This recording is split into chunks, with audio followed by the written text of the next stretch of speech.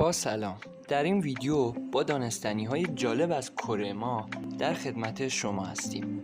لطفاً اگه خوشتون اومد ویدیو رو لایک کنید و سابسکرایب کانال فراموشتون نشه. بریم سراغ دانستنی‌های جالب در مورد کره ماه. آیا میدونستید تا کنون 12 تا انسان روی کره ماه قدم برداشتن که اولین اونها نیل آرمسترانگ بود؟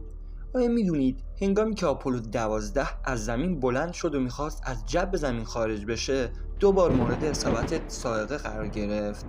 آیا میدونید دمای سطح ماه به مراتب میتونه بیشتر یا کمتر از کره زمین باشه، به طوری که تو سردترین حالت منفی 138 و تو گرمترین حالت به مثبت 127 درجه سانتیگراد میرسه که دلیل این تغییرات شدید نبودن جو در کره ماهه؟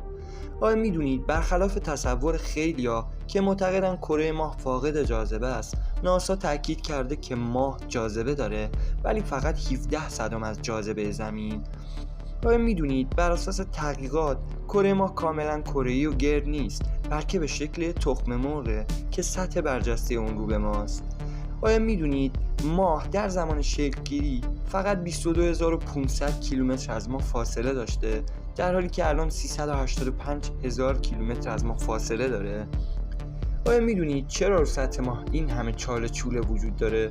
چون حدود 4 میلیارد سال پیش دقیقا مثل جنگ‌های الان به شدت موشکباران شده و اگه شما بتونید روی کره ماه قدم بذارید، به دلیل نبودن جو ممکنه رد پاهای شما تا هزاران یا میلیون ها سال باقی بمونه.